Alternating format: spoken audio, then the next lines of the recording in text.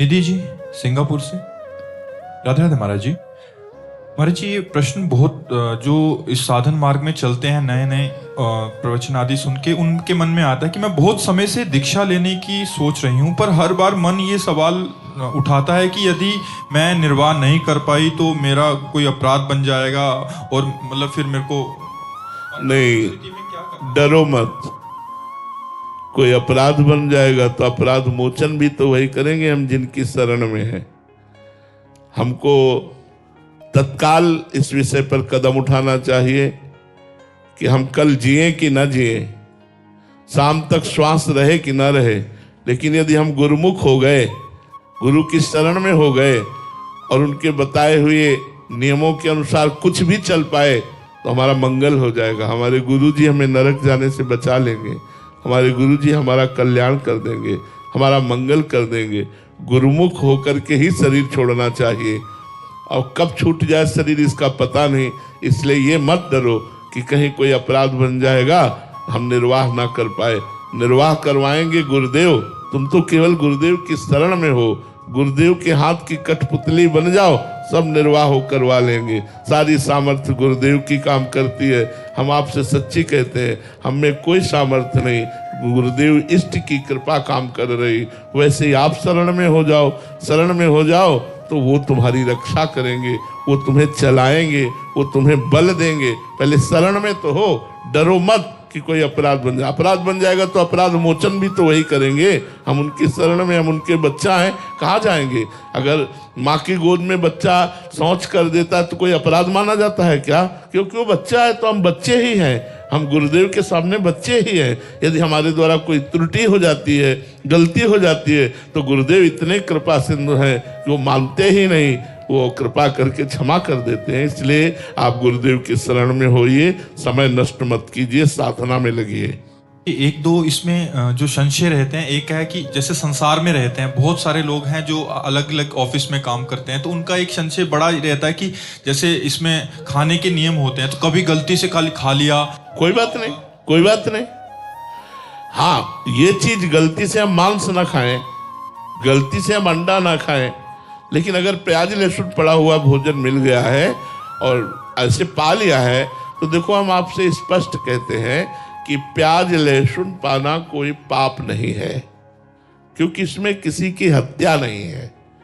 जैसे आलू पैदा होती है, ऐसे ये प्याज लहसुन पैदा होता है, पर ये घोर तमोगुणी है।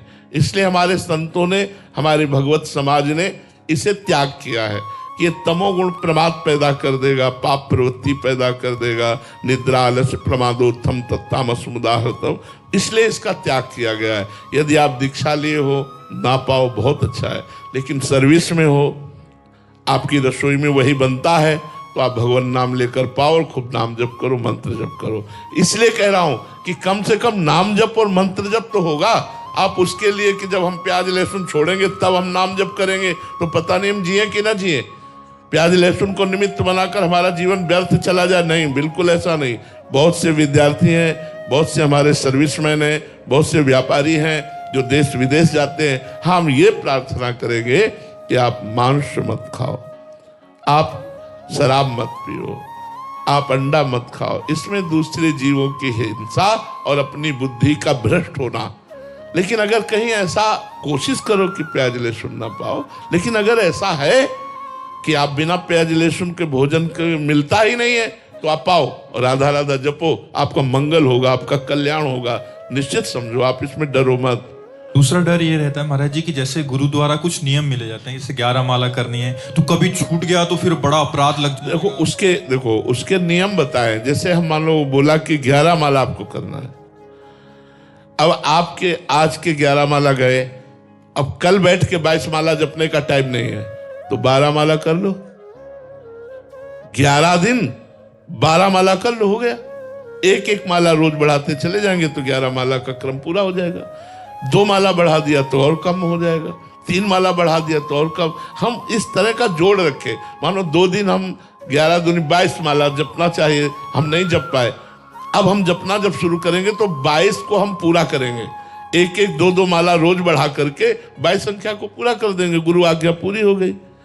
और जी एक और रहता है कि कभी 15 दिन हॉस्पिटल में रहना पड़ गया तो कितने पीछे छूट जाएंगे, फिर वो पूरा ही छूट जाएगा। नहीं, अस्वस्थ अवस्था में नियम का पालन ना होने पर उसे अपराध नहीं माना जाता। यदि आप बीमार हो, 20 दिन 25 दिन आपसे बिल्कुल भजन नहीं हुआ, तो वो आपका अपराध नहीं माना जाएगा, क्योंकि आप अस्वस्थ हैं। स्वस्थ अवस्था में, अब जैसे बेटी का ब्याह है, वो कार्यक्रम में फंसा हुआ है, वो 11 माला लेके थोड़ी बैठेगा, वहाँ तो बहुत से कार्यक्रम है, तो 2 दिन 3 दिन 4 दिन उत्सव संपन्न किया और एक एक माला रोज बढ़ा दिया, महीने में पूरा हो जाएगा। लेकिन अगर आप बीमार हैं तो आपका कोई अपराध नहीं, आप नाम जप कर सकते हैं, पड़े पड़े भगवत स्मरण कीजिए। वो नियम स्वस्थ पुरुष के लिए है, बीमार के लिए नहीं है।